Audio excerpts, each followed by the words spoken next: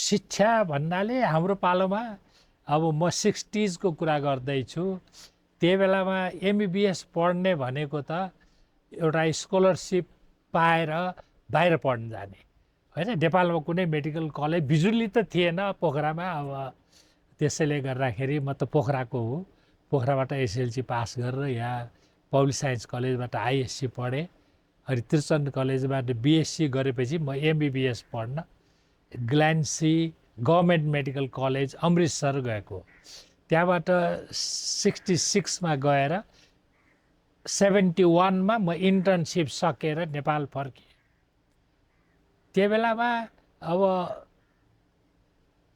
नोकरी डाक्टरको एकदम कमी थियो, तर नोकरी पाउनुमा त्यत्तिकै गाह्रो थियो।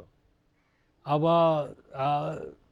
भोलिन्टरी गर भन्ने, अब हामी पोखराको मान्छे काठमाडौँमा भोलिन्टरी गरेर कहाँ बस्ने, के खाने, 4 पैसा छैन खल्टीमा होइन। त्यसैले गर्दाखेरि म शान्त भवन भन्ने मिसन हस्पिटल थियो सानेपामा, त्यसमा मैले हाउस अफ जब गरेँ। सर्जरीकोमा हाउस अफ गरेँ।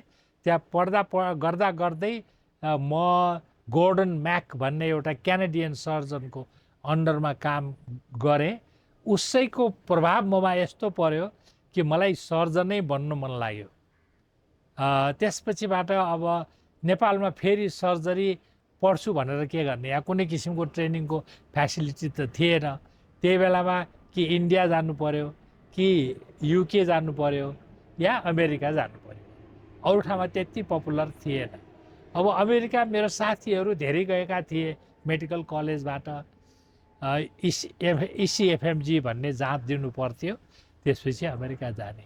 तर अमेरिका गएकोहरू सजिलै कोही फर्कँदैनन् भन्ने मलाई थाहा थियो। त्यसैले म पहिल्यैदेखि फर्कन पाएँ नेपालमै भन्ने मलाई भावना थियो। र चाहिने म इङ्ल्यान्ड जानेतिर उत्सुक थिएँ। त्यहाँ मलाई इङ्ल्यान्ड गएर एफआरसिएस गर्न पाएँ भन्ने थियो। तर कसरी जाने, त्यो बेलामा डाक्टरहरूलाई एक्चुअली पासपोर्ट पनि दिँदैन थियो। ब्रेन ड्रेन हुन्छ भनेर राम्रै कुरा हो। तर त्यो बेलामा अब मैले ढाँटेर म कृषक हुँ भनेर मैले पासपोर्ट लिएँ। र चाहिने अब त्यो बेलामा डाक्टर धेरै थिएन। शान्त भवनमा काम गरेको हुनाले ब्रिटिसहरू त्यहाँ जचाउन आइराख्ने र मलाई चिनेको रहेछन्। मैले त कसैलाई चिन्दिनँ थिएँ। र भिसा पनि पाइहालेँ मैले। र म युके गएँ। युके म 1973मा गएको। त्यसैले युके गएर अब सहिलो छैन कि त्यहाँ गएर जब पाउने भन्ने कुरा थिएन। म त रेस्टुरेन्टमा भाँडा माझ्छु र बेयररको काम गर्छु भनेर नै गएको थिएँ। र अब त्यहाँ बसेर धेरै यताउता घुम्ने पैसा पनि थिएन, खर्चै थिएन। किनभनेदेखि जम्मा $50 खल्टीमा थियो। $50 भनेको त अब त्यहाँ होटलमा बस्यो भने 5 दिनमा सकियो। मान्छेलाई आँटेपछि भाग्यले साथ दिँदो रहेछ। मैले एउटा बस्ने ठाउँ पाएँ। नेपाली डाक्टर बिहारलाल श्रेष्ठ हुनुहुन्थ्यो, उहाँ पनि शान्त भवनबाटै जानुभएको थियो। अब शान्त भवनले पठाएको होइन मलाई, म आफ्नै प्राइभेटली नै गएको हुँ। प्राइभेटली गएको भन्दाखेरि तपाईँले सोच्नु होला यो त अब धनीको छोरा होला, अब चाहिँ टिकट लियो गयो, त्यस्तो होइन। मसँग त्यो बेलामा पासपोर्ट पाइयो भने, भिसा पाइयो भने $100 दिन्थ्यो। अहिले $2500 दिन्छ नि, त्यो बेलामा $100 दिन्थ्यो। त्यो $100 किन्ने पैसा मसँग थिएन। त्यसैले मैले जम्मा $50 किनेर म गएको। यहाँबाट बसमा गएँ रक्सोल। रक्सोलबाट म ट्रेनमा गएँ पटना। पटनाबाट ट्रेनमा दिल्ली पुगेँ। दिल्लीमा बस्ने पैसा मसँग थिएन। त्यसैले त्यही दिन स्टेसनमा खानासाना खाएर त्यही दिनको प्लेनको टिकट थियो, त्यही दिनको प्लेनको टिकटमा म लन्डन गएको। भएर मसँग प्लेनमा जाने पैसा सैसा थिएन मसँग। त्यहाँ चाहिँ गएर के गर्ने, कसो गर्ने, गाह्रो थियो सुरुमा। तर भाग्यले साथ दियो मलाई सधैँ। र त्यहाँ गएपछि त्यहाँको हस्पिटलमा काम गर्नुपर्ने, भोलिन्टरी काम गर्नुपर्ने, अनि त्यो एक्सपिरियन्स देखाउनु पर्ने या एउटा एक्जम्सन, तिमीले राम्रो हस्पिटलमा काम गरेका छ भने एक्जम्सन पाइन्थ्यो त्यहाँ। तर मैले लगेको रिकमेन्डेसन त तिनीहरूले हेर्दैनन्, तिनीहरूले गोप्य तरिकाले पठाउने। अहिले जस्तो इमेल फोन भन्ने थिएन, त्यो बेलामा त पोस्टबाटै पठायो, पोस्टबाट आउने 10 दिन लाग्थ्यो पोस्टबाट आउन जानलाई। एनिवे यो चिज मैले पहिला पनि अरू माध्यममा मैले भनिसकेको छु र म चाहिँ नि हमेसा भाग्यमानी नै भएको छु। मैले काहीँ होटलमा काम गर्नु परेन, 1 महिनापछि मैले त्यो एक्जम्सन पाएँ, धेरै कमले पाउँछन् त्यो मैले पाएँ र चाहिँ नि त्यसपछिबाट मैले काम गर्न सुरु गरेँ। मलाई त एफआरसिएस पास गर्नु थियो, कामको अनुभव लिनु थियो अनि फर्कनु थियो। त्यसैले मैले प्राइमरी पनि पास गरेँ फटाफट, फाइनल पनि पास गरेँ, राम्रै ठाउँमा नोकरीहरू पाएँ र चाहिँ नि मैले सुरुमा प्रशस्त जेनरल सर्जरी गरेँ, अलिकता अर्थोपेडिक्स पनि गरेँ र लास्टमा गएर मैले युरोलोजीमा काम गरेँ। मलाई इन्ट्रेस्ट युरोलोजीमा थियो, मैले काम गरेँ। तर जेनरल सर्जरीमा मैले अलमोस्ट 6 वर्ष 7 वर्षै काम गरेँ। मैले एफआरसिएस गरेको 66-67 मा हो। 67 मा मैले एफआरसिएस गरेँ एडिनबराबाट। अनि 76 मा 77 मा 77 जुनमा लन्डनबाट पनि मैले पास गरेँ, इङ्ल्यान्डको एफआरसिएस पनि। अनि त्यसपछि चोइस थियो कि चाहिँ नि अब एफआरसिएस भयो फर्किहालौँ। कस्तो हुन्छ भने एफआरसिएस गरेर आएपछि तपाईँको यहाँको एक्सपेक्टेसन एकदम हाई हुन्छ, होइन? As if you can do all sorts of operation. त्यस्तो हुँदैन। एफआरसिएस गरेपछि त you're a surgeon, but surgeon भएपछि अनि सिक्ने त धेरै छ नि त, होइन? त्यसैले मैले तुरुन्त फर्किने विचार गरिनँ।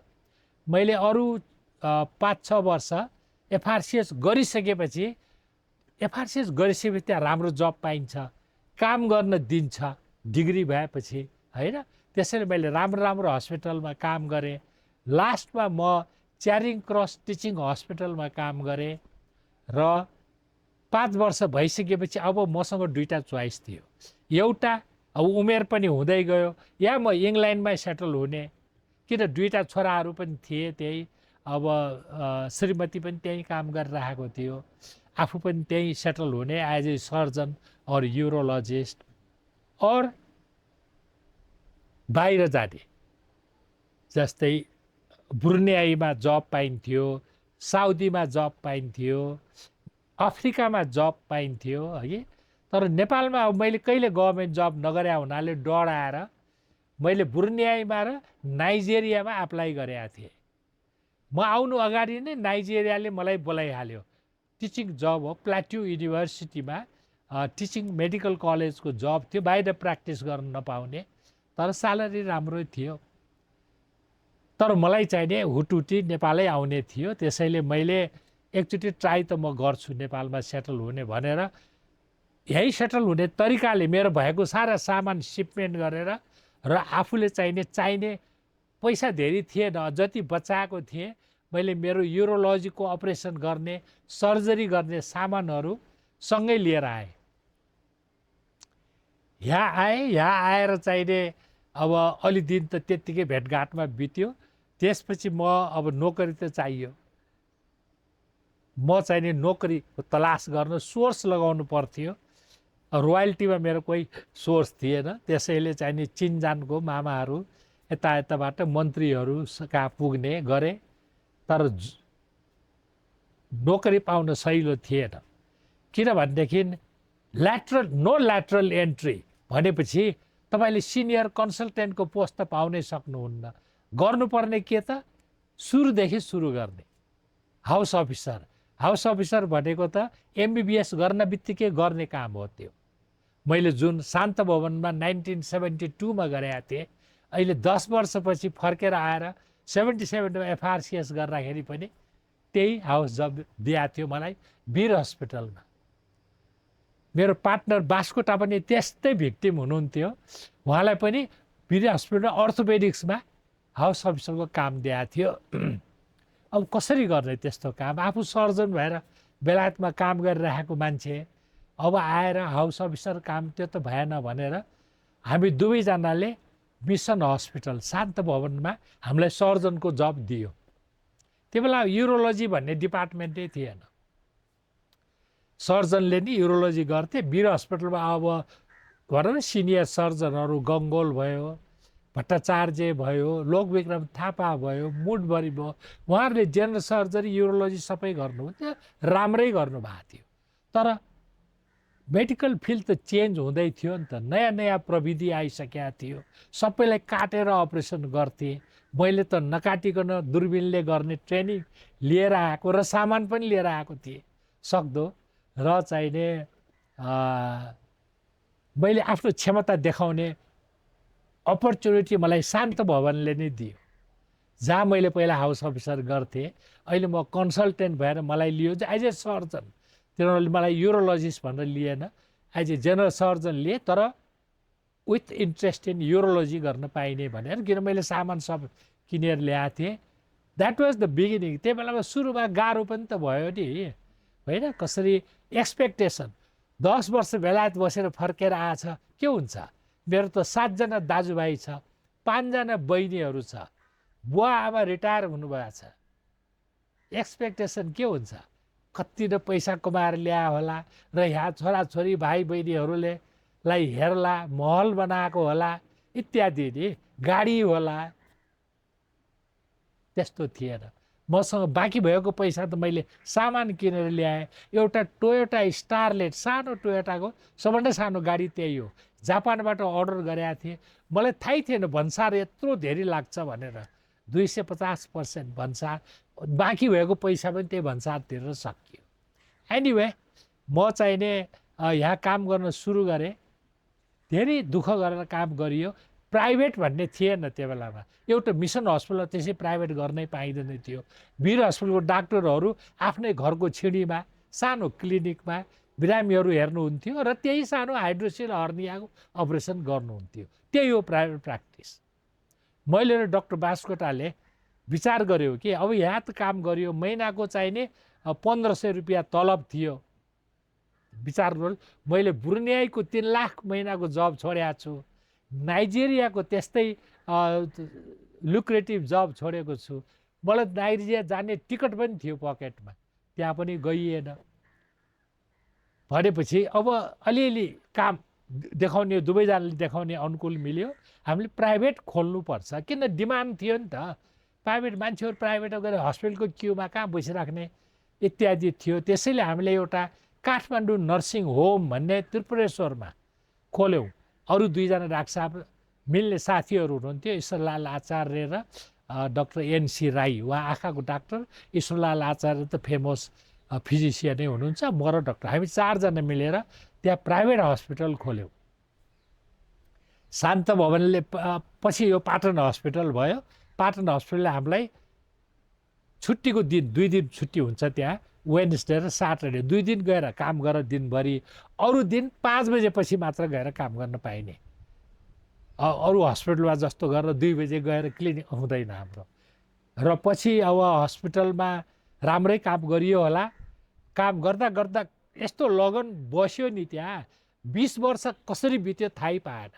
मैले पाटन हस्पिटलमा 19.5 वर्ष काम गरेँ र 1997 मा म अब त्यो काठमाडौँ नर्सिङ होम पनि त रेन्टेड प्लेस, न ड्रेन छ, न पानी छ, बिजुली इराटिक छ। 8वटा बेडबाट सुरु गरेको, त्यहाँ 65वटा बेडसम्म पनि प्याक हुन्थ्यो। मैले भने दिस इज टाइम, हामीले प्राइभेट हाम्रै बनाउनु पर्छ, ताकि त्यहाँ बिजुली पानीको बन्दोबस्त होस्, सबैको बन्दोबस्त होस् भनेर बिएनबी सुरु गरेको हामीले 24 नोभेम्बर 1997 मा हामीले सुरु गरेको। त्यसपछि मैले पाटन हस्पिटल छोडेँ। डाक्टर बास्कोटा पनि फुल टाइम त्यही हुनुहुन्थ्यो। उहाँले पाटन हस्पिटलमा काम गर्नु भएन, शान्त भवनमा हामी सँगै थियौँ। त्यो बेला पनि पैसा थिएन, यस्तो लोन लिने भन्ने पनि थाहा थिएन। 10 लाख रुपियाँ लोन लिएको हो होइन। अरू त हामीले नि प्राइभेटमा काम गरेर 2-4 पैसा कमाएर बनाएको हो, हामीले जग्गा किनेर बनाएको हो। र चाहिने सुरुमा 50 बेड थियो, अनि 100 बेड बनाइयो। तर हामीलाई एउटा के थियो भने प्राइभेट हस्पिटल त यस्तो हुनु पर्यो नि, जहाँ चाहिँ नि आफू बिरामी भयो, आफ्नो बाउआमा बिरामी भयो भने पनि त्यहीँ लिएर राखौँ, त्यस्तो स्ट्यान्डर्डको हुनु पर्यो भन्ने हामीहरूलाई थियो। अर्को चिज, हस्पिटल बनाएपछि 100 बेड भए त्यहाँ टिचिङ ट्रेनिङको फेसिलिटी हुनुपर्छ र पोस्ट ग्रेजुएट ट्रेनिङ गर्नुको निम्ति पैसा लिन पाइँदैन, हुँदैन। त्यो हाम्रो प्रिन्सिपल थियो। त्यसैले अब त्यो हस्पिटलमा फुल टाइम डाक्टरहरू राख्नुपर्छ सकभर भनेर कहाँ पाउने फुल टाइम डाक्टर, गाह्रो छ नि त, होइन। अब सबै हस्पिटलमा काम गऱ्यो, राति गएर ड्युटी गर्न आउने, त्यो चिजको हामीले अन्त कसरी गर्ने भनेर विचार गऱ्यौँ भने हामीले नै स्कलरसिप दिएर कसैलाई बङ्गलादेश पठाइयो, कसैलाई पाकिस्तान पठाइयो, कसैलाई चाइना पठाइयो। उनीहरू त 2 वर्षमा त फर्केर आए नि त, होइन। अनि तिनीहरू त फुल टाइम काम गर्ने भए। त्यसै गर्दा गर्दा हामीले म्यान पावर बढायौँ बिएनबीमा, हगि। अरू बाहिरबाट आउनेहरूलाई पनि त्यही नोकरी दिइयो फुल टाइम, र हामीले म्याक्सिमम डाक्टरहरू फुल टाइम लिएर बिएनबी सुरु गऱ्यौँ। र हामीले भाग्यवश हामीले चाहिँ काठमाडौँ युनिभर्सिटी मेडिकल कलेजको 5 वर्षसम्म 5.5 वर्षसम्म हामीले पढाउने काम पनि बिएनबीमै भयो। काठमाडौँ युनिभर्सिटी मेडिकल कलेजको क्लिनिकल साइट त बिएनबी हो नि, होइन। त्यसैले गर्दाखेरि हाम्रो अनुभव पनि भयो पढाउने, र पोस्ट ग्रेजुएटहरू पनि हामीहरूको रिकगनाइज गरिदियो, राम्रो काम हुँदो रहेछ भनेर। अहिले 27 जना जति पोस्ट ग्रेजुएट स्टुडेन्टहरू छन्। 1 पैसा कसैलाईसँग लिइँदैन, सबैलाई 40-40 हजार स्कलरसिप दिइन्छ। र प्रोडक्सन चाहिँ नि बिएनबीको एकदम राम्रो छ, होइन। हामी त मेनली त पाकिस्तानको हो, तर अहिले चाहिँ नि गएर अर्थोपेडिक्समा खास गरेर फेलोसिप गर्नेहरूको हानाहान हुन्छन्, होइन। र चाहिँ नि 6 महिना 1 वर्षसम्मको फेलोसिप हुन्छ, र एफसिपिएस पनि छ। अर्को चिज चाहिने यो नेपाल सरकारकै एमडिएमएस पनि त्यहाँ छ। त्यसैले गर्दाखेरि अरू विषयमा पनि हामी सुरु गर्नेवाला छौँ। किनभने यो हस्पिटल भन्ने चिज त पैसा कमाउने मात्र यन्त्र होइन के, यो चिज त सर्भिस राम्रो दिनुको निम्ति राम्रो डाक्टर चाहिन्छ। राम्रो डाक्टर भनेको को त? पोस्ट ग्रेजुएट स्टुडेन्ट्सहरू। किन? उनीहरू त क्रिम हुन् नि त। 100 जनामा 10 जना आउँछन् पास गरेर, त्यही 10 जनालाई तपाईँले लिनुहुन्छ भनेपछि त अरू 90 जना त फेल हुन्छन् त। यिनीहरू मात्रै पास भयो, they are the best ones. They are 5 वर्षको कोर्स हुन्छ, एकदम डेडिकेटेड हुन्छ नि तिनीहरू। बिचमा यताउता गर्न लाग्यो भने त तिनीहरू त कसरी पास गर्छ? हामीले रिकमेन्डेसन नदिएपछि त जाँचै दिन पाउँदैन, होइन। भनेपछि तिनीहरू डेडिकेटेड हुन्छ। र चाहिने आजसम्मको रिजल्ट पनि एकदम राम्रो छ हाम्रो। र अहिले आएर त हामीहरू अब 200 जना डाक्टरहरू छौँ, धेरै जसो फुल टाइमै छन् त्यहाँ, है। र इन्फ्रास्ट्रक्चर हामीले पहिला 50-100, हामीसँग पैसा छैन नि त। एउटा बिजनेसम्यान भइदिए भए त पहिला घटक्क पैसा राखेर यस्तो खालको हस्पिटल बनाउँछु भन्नुहुन्थ्यो। हामीले बेसिक तरिकाको हस्पिटलबाट ग्रेजुअली इम्प्रुभ गर्दै अहिले नेपालको सबभन्दा ठुलो प्राइभेट हस्पिटल बिएनबी नै हो। 300 बेड नेपाल सरकारले रिकग्नाइज गरेको छ। 300 बेडको यही एउटा हो 300 बेडको हस्पिटल। र अहिले त अब भनौँ न, अब हरेक विषयमा अब अहिले बिएनबी त नेपालभरै एक किसिमको नाउँ। म यदि यहाँबाट मनाङ गएँ भने पनि मलाई नचिने पनि बिएनबीको नाउँ त जरुर सुन्या हुन्छ। दार्चुला गएँ भने पनि बिएनबीको नाउँ थाहा छ, उनीहरूले सुनिसकेका छ। त्यसैले गर्दाखेरि यो होल नेपालमा नाउँ कथा चाहिँ कसरी यो वैद्यनाथ बास्कोटाको आधारमा निक्ल्यो वा यो नाम रचना चाहिँ कसरी भयो? यो त गजबको छ एउटा। त्यो तपाईँले रमाइलो क्वेसन सोध्नुभयो। हाम्रो विचारमा हामीले यो हस्पिटलको नाउँ काठमाडौँ नर्सिङ होमबाट आएको हुनाले हामीले काठमाडौँ हस्पिटल राख्न खोज्यौँ। तर काठमाडौँ हस्पिटल जुन चिज हामीले बन्द गरेका थियौँ, काठमाडौँ तिनीहरूले त्यसको नाउँ काठमाडौँ हस्पिटल राखिदियो। त्यो यहाँ डुप्लिकेट हुनु हुँदैन भनेर भन्यो। न्यू काठमाडौँ हस्पिटल राख्ने भन्यो, त्यो पनि दिएन हामीलाई। अब के गर्ने त भनेपछि अब यसमा त कोही बिजनेसम्यान इन्भल्भ छैन, हाम्रै ब्रेन चाइल्ड हो यो, त्यसैले गर्दाखेरि किन यसलाई हाम्रै नाउँबाट नराख्ने भनेर यसको नाउँ वैद्य एन्ड बाँसकोटा। वैद्य महु, बाँसकोटा राख्छ, तपाईँले चिनिहाल्नुहुन्छ। वैद्यको नाउँ पहिला किन आयो त भन्नुहुन्छ भने म डाक्टर बाँसकोटा भन्दा 4 वर्ष जेठो, सिनियरिटीले वैद्य पहिला आयो अनि पछि बाँसकोटा आयो। त्यसैले यसको नाउँ, अरू केही काम छैन, हामीहरूको कुनै झगडा छैन, मिसअन्डरस्ट्यान्डिङ छैन। हामीले यसको नाउँ वैद्य एन्ड बाँसकोटा राख्यौँ।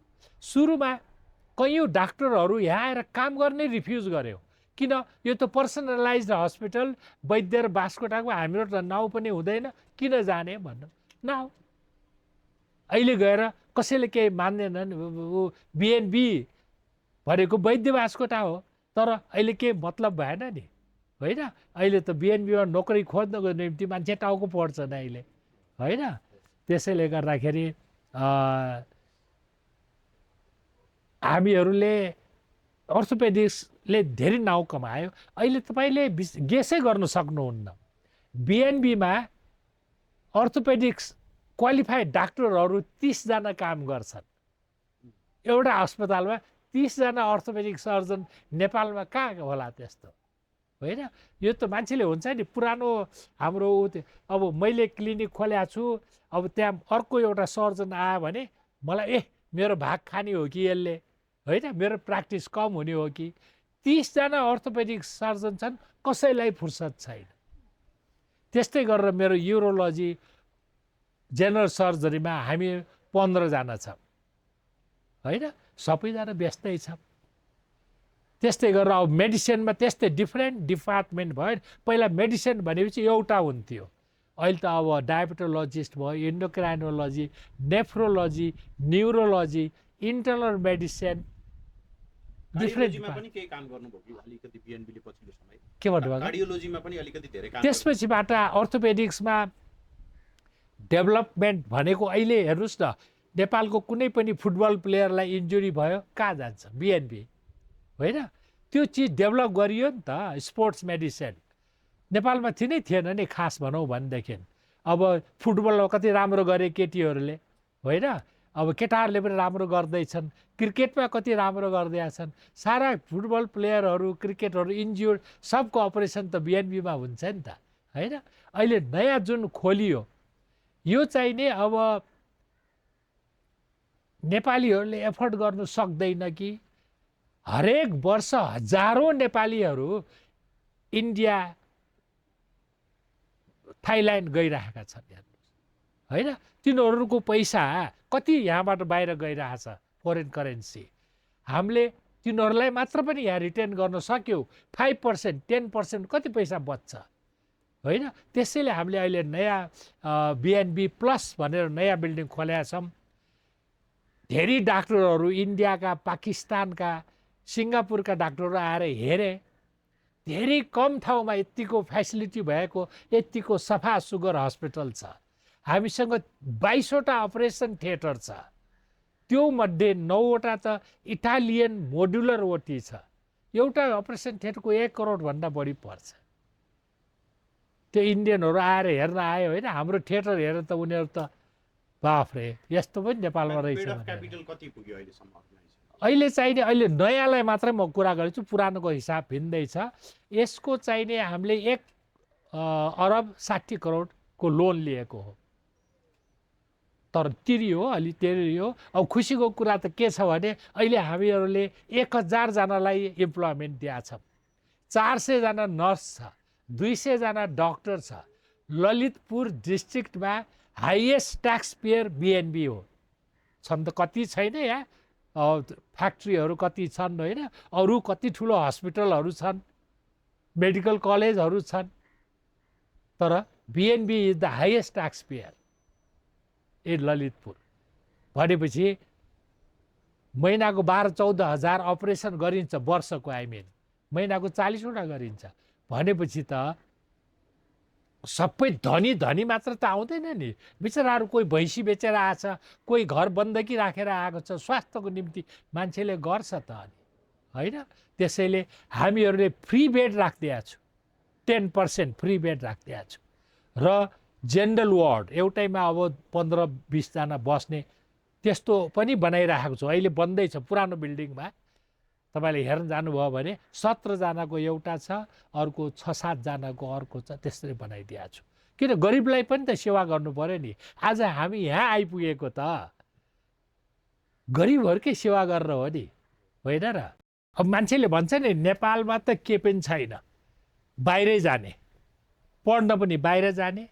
तर एउटा चाहिँ म तपाईँले भन्छु, म 1972मा म काम गर्न सुरु गरेँ, 82मा 10 वर्ष बेलायत बसेर फर्केँ। त्यही बेलाको हेल्थ सिस्टम कस्तो थियो नेपालमा, काली लाग्दो थियो होइन। अहिले हेर्नुहोस् त, यो लास्ट 30 इयर्स भनेको धेरै ठुलो समय त होइन नि।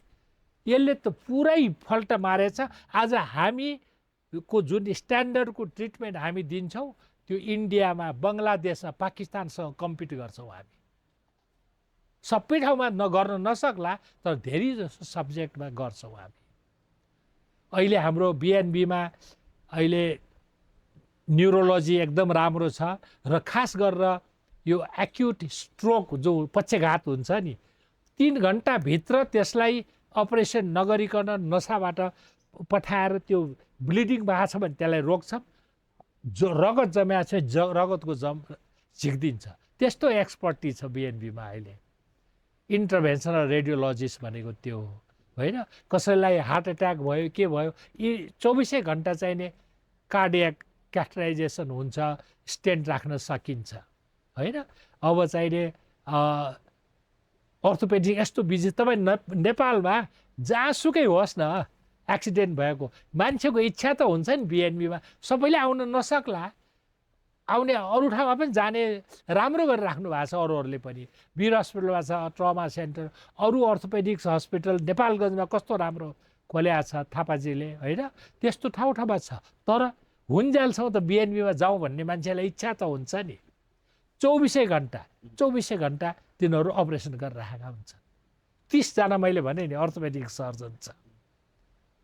त्यसैले गर्दाखेरि अहिले आएर बिएनबीमा आइबिएफ खोल्या छ। यस्तो छ, यस्तो राम्रो छ त्यो आइबिएफ। हेर्न मात्र जानुभयो, आइबिएफ भनेको मतलब टेस्ट ट्युब बेबी बनाउने, इन भिटो फर्टिलाइजेसन होइन। त्यस्तो राम्रो बनाइएको छ।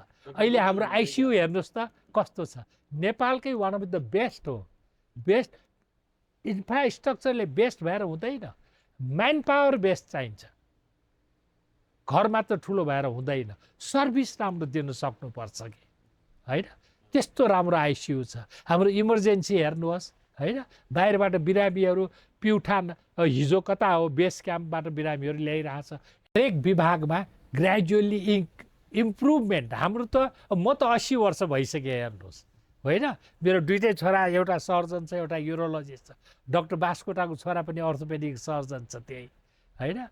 र जोइन्ट रिप्लेसमेन्ट, यो घुँडाको replacement, BNB is a leading hospital now joint replacement गर्नलाई।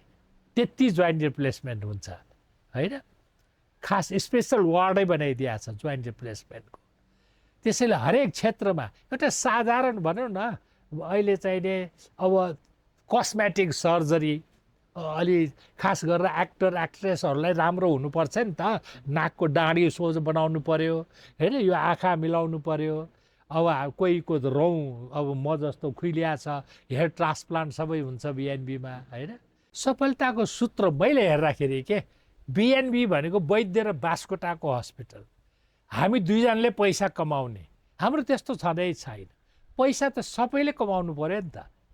30 जना अर्थोपेडिक सर्जन र 15 जना सर्जनले कमाउनु परेन, युरोलोजिस्टले कमाउनु पर्यो, सबैले कमाउनु पर्छ सबैलाई। त्यसैले यसमा हस्पिटलमा काम गर्ने सबैलाई कि चाहिँ यो मेरो हस्पिटल हो भन्ने भावना जगाउन सक्नु पर्यो नि।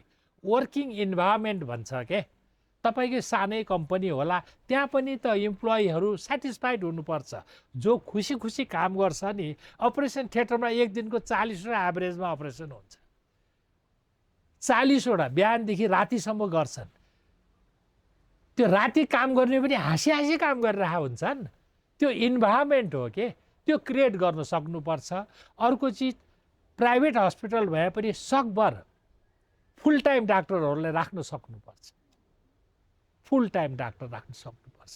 त्यो 2 बजेसम्म 1 बजेसम्म काहीँ काम गर्ने, त्यसपछि झटपट छोडेर आएर हस्पिटल चलाउने, त्यस्तो हुँदैन। अनकल त कहीँ कहीँ हुन्छ, कोही कोही ओपिडीहरू चलाउनुहुन्छ उहाँहरूले, तर you got to have a full time doctor.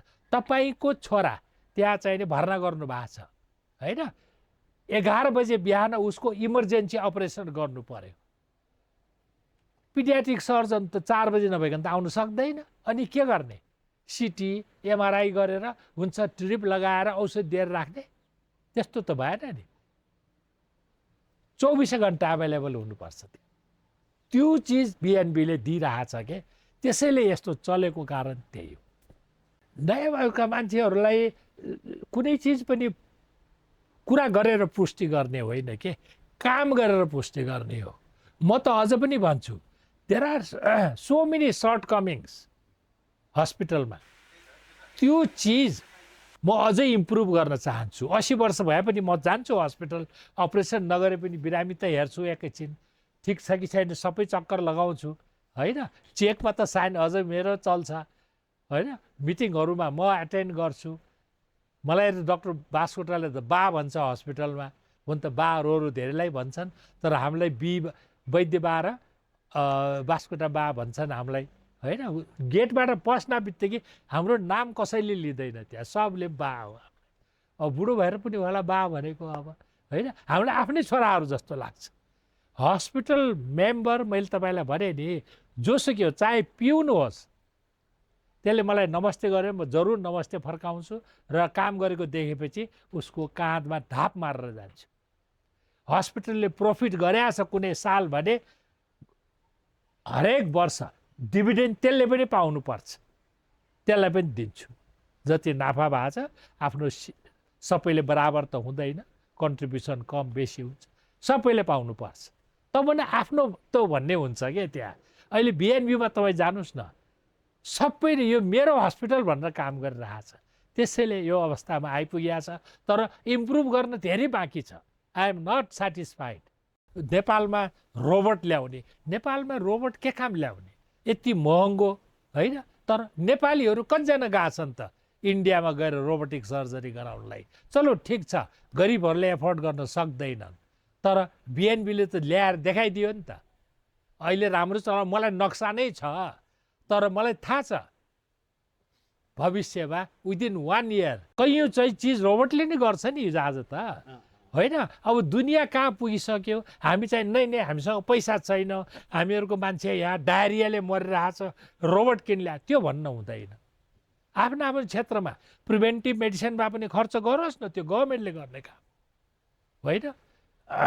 मेरो त प्राइभेट हस्पिटल हो, मैले सकभर आएको गरिबलाई पनि कसरी त्यहाँ समावेश गर्न सक्छु, त्यो मेरो ध्यानमा हुनुपर्छ। धनीहरू त आइहाल्छ नि त। मेरो त भावना त्यो छ। म बेलायत 10 वर्ष बसेर फर्किएँ, ब्रुनियाई गएन महिनाको 3 लाख, 1983 मा मलाई 3 लाख दिएको। म नाइजेरिया गइनँ, मलाई कुनै किसिमको रिग्रेट छैन। म I am glad that I came back and work with 1500 रुपियाँ स्यालेरी।